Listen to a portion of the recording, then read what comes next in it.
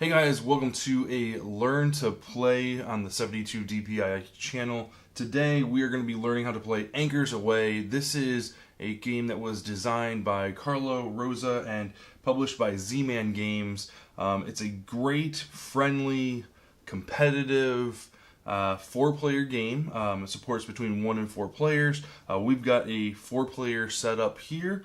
I'm going to go over the rules and kind of the components and how to play. So before we get into the actual gameplay, let's talk about what the game is about. So you are a group of seafarers. You are going on voyages, on different discovery and adventure on the high seas, and you're going to be gathering supplies, gathering cargo, and fighting off pirates while completing contracts and all sorts of things to gain as much coin as you possibly can.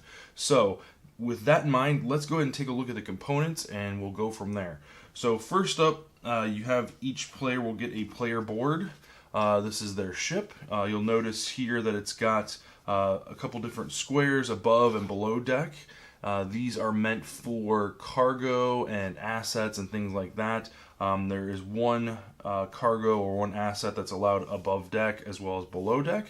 The only stipulation is these two over here in the bow of the boat, like below deck. Those have to be occupied by these, which are your cargo. So there's 4 different cargo tokens here. There's this purple, blue, orange, and white. Those have to occupy those 2 spaces. You can't put any type of assets or anything like that in that space. You'll notice that there's this little shield that protects the below the deck type of thing. So it keeps everything, kind of secret between you and your opponents, so to speak. So that's your player board.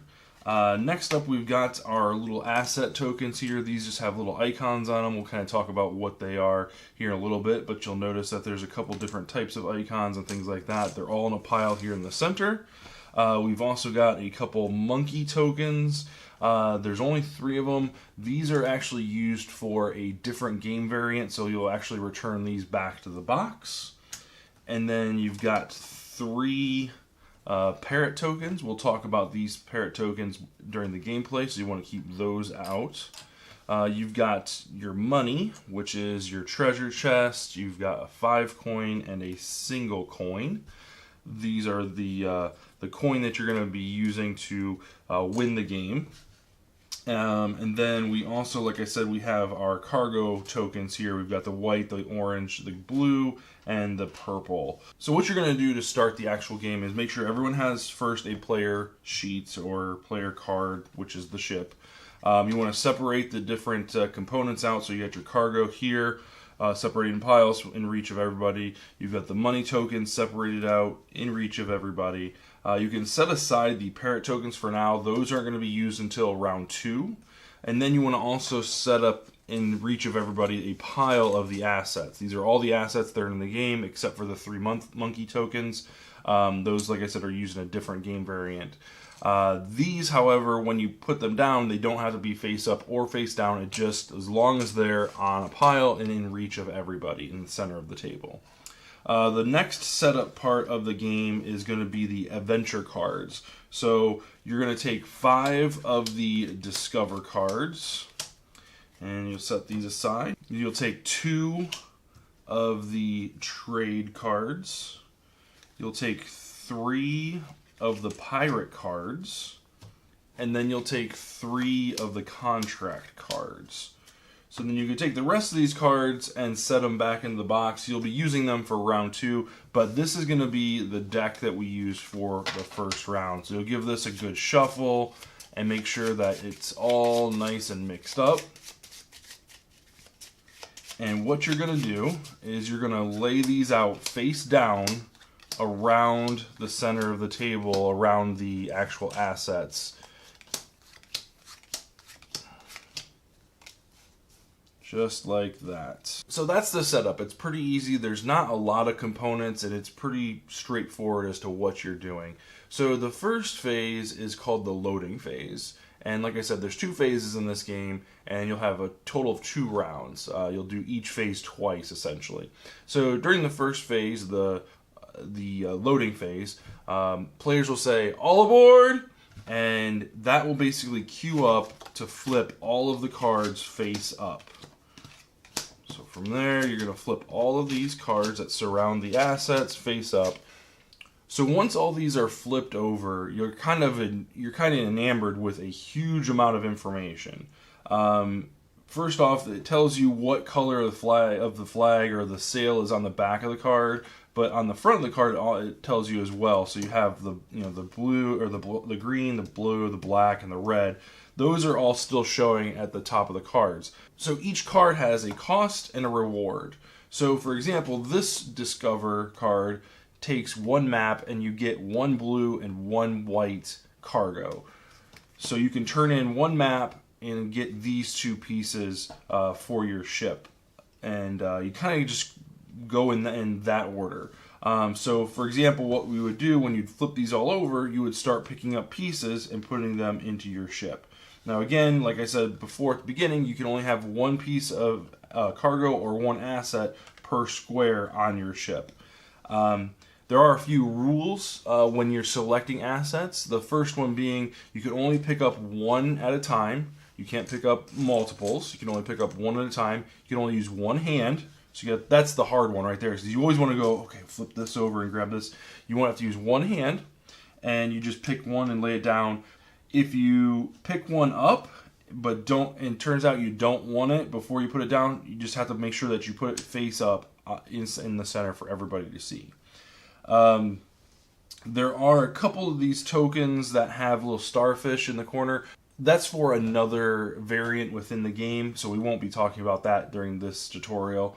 But basically, all these different items will add to your either coin or give you cargo or something of that combination. There are these little icons here. This basically allows you to put two cargo in that one slot. So you would take one of these assets and put it in one of your squares, and now when it's time to turn in, like let's say we turn in our map and then we grab our blue and our white, you can put those two inside the one square, whereas normally you would have to do it like that and they would take up two spaces. So these are a good piece to have if you're looking to gain a lot of the cargo, which you really should, because the cargo turns into coin when you get to a certain part of the game, and we'll talk about that in a little bit later. So once one player has their ship completely filled, and that's every square completely filled, and I'm just kind of filling in here, right? So I'm completely filled, all the boxes are filled. Keep in mind that the two boxes in the front of the bow of the ship under the deck, those will not be filled with these. Those only can be filled with the cargo pieces. Once they're all filled, that player says, "Anchors Aweigh," and they flip over all of these cards. So basically what this means is once they're flipped over, the rest of the players are kind of dealing with hidden information, right? So they no longer know, like, oh, well, this card required a map, so I got to make sure that I have a map on board. So that's kind of the benefit. You want to be fast, but you also want to be strategic in picking what you're actually adding to your ship. So then all the other players get to fill out the rest of their ship and whatnot, and make sure that they're all full. Once they're full, then the player that filled their ship first is now known as the captain, and they collect all the cards that were just surrounding the assets and put them in a single pile. So that ends the loading phase of the game. That's phase 1. Phase 2 is called the travel phase, and what that basically means is the captain's going to take the stack of cards, and without looking at the front side of them, he's going to place them face down. Then he's going to go through the entire stack of cards one at a time and resolve each one. So the first one here is we have a trade card. So we're going to flip that one over, and then we resolve that card. So anyone at the table can resolve this card if they choose to. So this one in particular allows the players to trade one blue cargo for two orange cargo. Now, at this point, no one should have any cargo because this is the first card, and we only were taking assets from the from the center here. No one should be taking cargo at this point. So this was kind of a dud as far as a card goes. Next up is a contract card. So when a contract card comes up, it's got its little arrow down here. It's a reminder to take the card and move it to the bottom. So anytime a contract card comes to the top of the deck, you're going to move it to the bottom until there are only contract cards in the deck. Keep in mind there's only 3 contract cards, so you'll get to the bottom 3, and then we'll start resolving those. Next up is a pirate card. So this is a little bit different.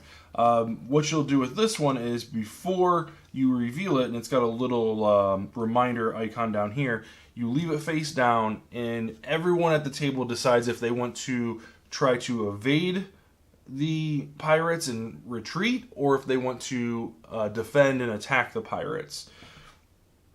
So what that basically means is before you know what card this is, you need to decide, yeah, I'm going to attack, or no, I'm going to go away. If you choose to go away, nothing happens. You don't lose any cargo, you don't lose any coin or anything like that. Once everyone's decided what they're doing, then you flip over the card. So we're going to go ahead and flip the card over. And this one is 2 cannons, and then you get 2 gray cargo. Now you'll notice there are no gray cargo, so this brings up a great point. If you see the gray cargo icons, that means you can pick any cargo you want. So let's say I chose to engage these pirates. I would take my 2 cannons and return them to the supply, and I would gain 2 cargo of any type. So I'm going to grab a blue and a purple, and now I could choose a couple different things here. I've got a couple different options. I can put 1 here, I could put 2 here, or I can take these 2 and put them below deck down here. So yeah, so you've got a couple different options of where to place your cargo. So I'm just going to go ahead and put the 2 cargo pieces right here.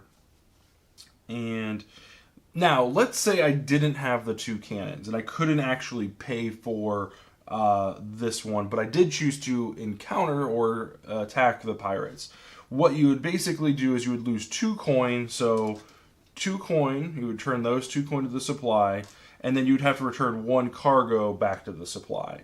And then that would be kind of the end of your encounter with the pirates. And it's got reminder text at the top here. If you can't defeat the pirates, you return 2 coin and then your any cargo of 1 color. So let's just move those back here. So now I have 2 of those. And we'll just kind of continue on in that fashion. So we've got a discover one here. So this discover one is 1 compass, and then you get to pull 2 coin.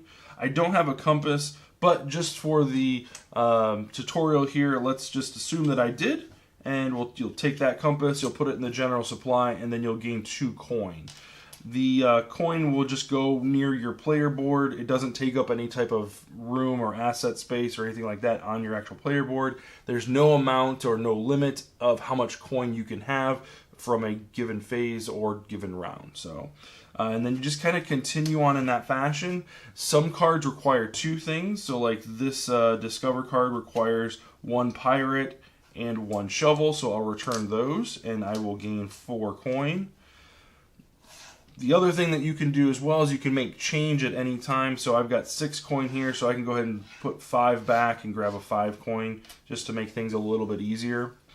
And you just kind of continue on in that fashion. Come across another contract that goes to the bottom, and you just keep going until you have the 3 contracts left.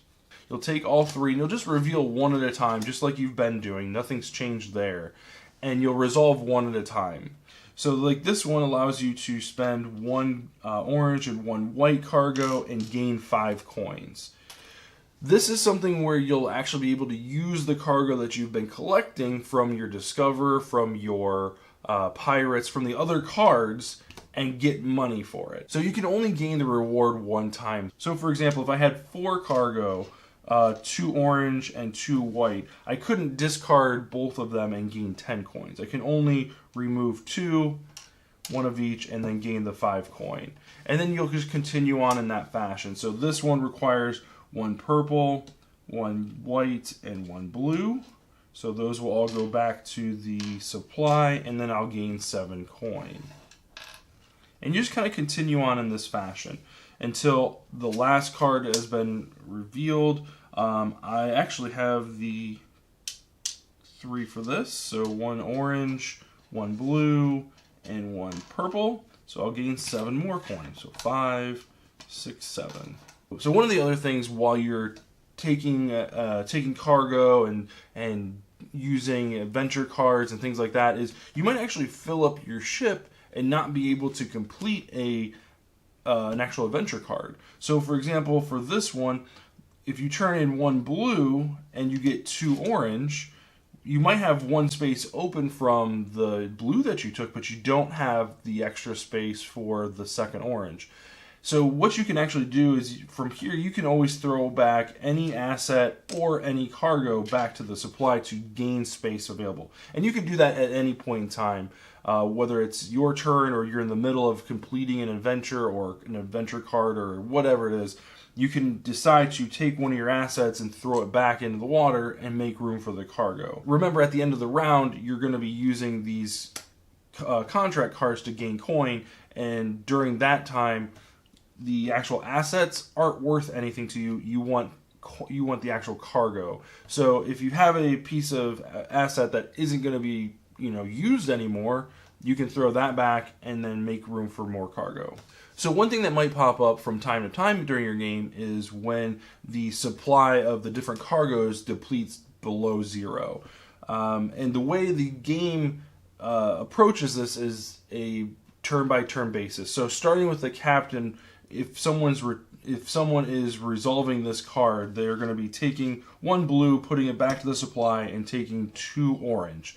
So with the 2 orange gone, going to the captain, starting in clockwise order, if this person, say to my left as the captain, is turning in 1 blue, there's no more orange, they now can gain 2 of any color that they want back to their ship. And then the player behind, so the clockwise to them and clockwise to them. So basically, as long as they're paying for or resolving that adventure card, they're going to get some type of cargo.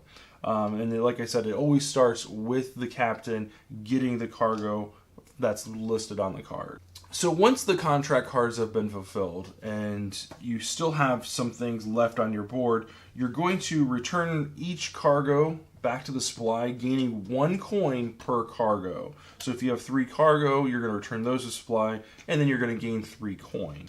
Any unused assets are going to go back to the pile, and then your board should be empty. From here, you're going to start gaining treasure chests. And the way you're going to do that is you're going to take 5 coin or 10 coin, and you're going to gain 1 treasure chest. Now these, during this round, are going to take up 1 square on your ship. That square can no longer be used for the second round. So you'll take all of your coins, so there's another set of 10, and you'll basically start filling up your ship, and I've only got 6 left.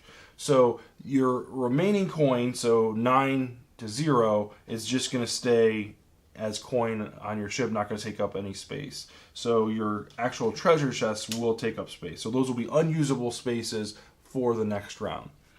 And from here, whoever has the lowest number of coin is going to take a parrot. If there is a tie, the tied players will take parrots. If there's a 3-way tie, obviously then there's going to be 3 parrots. If for some reason there's a 4-way tie and everyone has the exact same number of gold, then no one gets a parrot.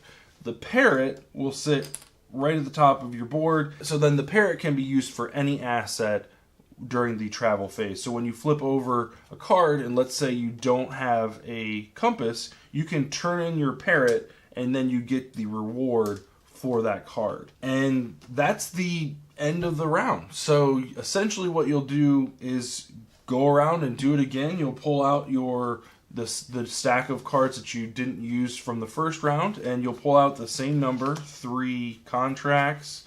You'll pull out 3 pirate cards, 2 trade cards, and then 5 of the adventure cards, of the discover cards.